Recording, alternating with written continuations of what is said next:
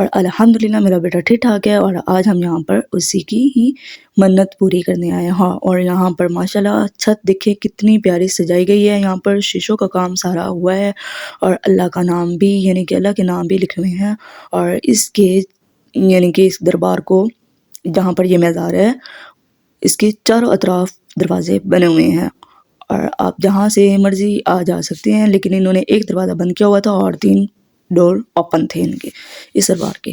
خیر پھر میں نے یہاں پر ویڈیو بنائی، اور باہر ان کی یہ ساتھ ہیں جو کہ ان کی یعنی کہ اب بھی جو ان کا خاندان ہے ان کے بچے ہیں یا بڑے ہیں یا ان کی خواتین مرد جو بھی وفات پاتے ہیں تو وہ اسی جگہ پر دفن کیے جاتے ہیں، اور یہاں پر بہت ساری قبریں بنی ہوئی تھی،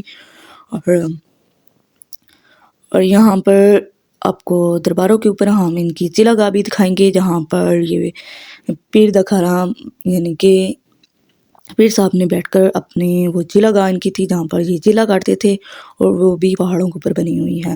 اور یہاں پر میرا بیٹا بھی ساتھ ساتھ ولاگ شوٹ کر رہا ہے، آپ لوگوں کو وہ بھی انشاءاللہ دکھاتے جائیں گے۔ اور یہاں پر ان کے بابا بھی تھے ساتھ، ہم لے کے گئے تھے خستہ، اور وہ بھی انہوں نے ساتھ ساتھ پورے دربار میں بانٹا تھا۔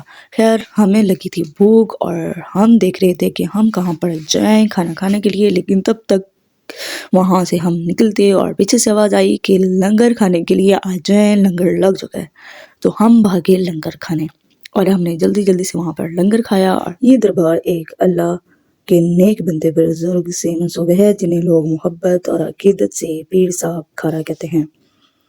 یہ دربار عقیدت مندوں کے لیے روحانی سکون کی جگہ ہے، دعا، منت، نیاز اور فاتحہ پڑھائی جاتی ہے۔ آج ہم آپ کو لے کر آئے ہیں ایک ایسے روحانی مقام پر جہاں دل کو سکون ملتا ہے، جہاں لوگ دور دور سے دعا کے لیے آتے ہیں، اور جہاں صدیوں پرانی عقیدت بسی ہوئی ہے۔ جی ہاں ناظرین، آج کا ہمارا ولاگ ہے پیر دا کھارا دربار کے بارے میں، تو ویڈیو کو آخر تک ضرور دیکھیے گا، اور اگر آپ چینل پر نئے ہیں تو چینل کو سبسکرائب بھی کر دیجیے گا۔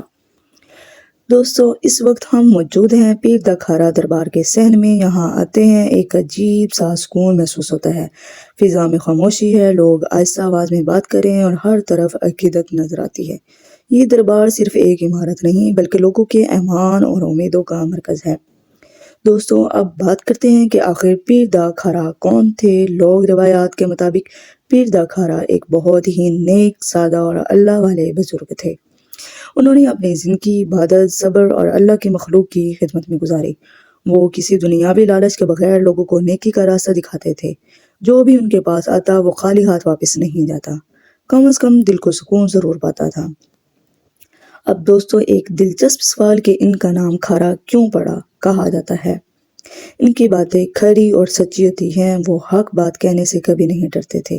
کچھ لوگ کہتے ہیں کہ وہ کھارے علاقے میں رہتے تھے، سچ کیا ہے اللہ بہتر جانتا ہے، لیکن لوگ آج بھی انہیں سچ اور صبر کی علامت مانتے ہیں۔ پیر دا کھارا کے وصال کے بعد ان کے مریدوں اور جانے والوں نے ان کی قبر پر یہ دربار تعمیر کروایا، اور اس دربار کا مقصد بزرگ کی یاد کو زندہ رکھنا، لوگوں کو دعا کا موقع دینا اور نیکی کے پیغام کو آگے بڑھانا تھا۔ آج بھی یہاں لوگ فاتحہ، دعا اور قرآن خوانی کرتے نظر آتے ہیں۔ دوستو یہاں آنے والے لوگوں کو ماننا ہے کہ جب وہ دل سے دعا کرتے ہیں تو اللہ ان کی سنتا ہے۔ کوئی بیماری کی دعا لے کر آتا ہے، کوئی رزق کے لیے اور کوئی صرف دل کے سکون کے لیے، لیکن ایک بات یاد رکھنی چاہیے کہ دعا صرف اللہ سے مانگی جاتی ہے، اور بزرگوں کو صرف وسیلہ سمجھا جاتا ہے۔ اس وقت آپ دیکھ سکتے ہیں کہ دربار کا ماحول کتنا پرسکون ہے، کچھ لوگ خاموشی سے بیٹھے ہیں، کچھ قرآن پڑھ رہے ہیں اور کچھ آنکھیں بند کر کے دعا مانگ رہے ہیں۔ ایسے مقامات انسان کو اپنے رب کے قریب کر دیتے ہیں۔ دوستو ہمارا آج کا ولاگ یہی ختم ہوتا ہے۔ پیر دا کھارا دربار صرف ایک زیارت گاہ نہیں بلکہ صبر، عقیدت اور ایمان کی ایک نشانی ہے۔ اگر آپ کو یہ ولاگ پسند آیا ہو تو ویڈیو کو لائک کریں، چینل کو سبسکرائب کریں، اور کمنٹ میں ضرور بتائیں کیا آپ کبھی اس دربار پر آئے ہیں۔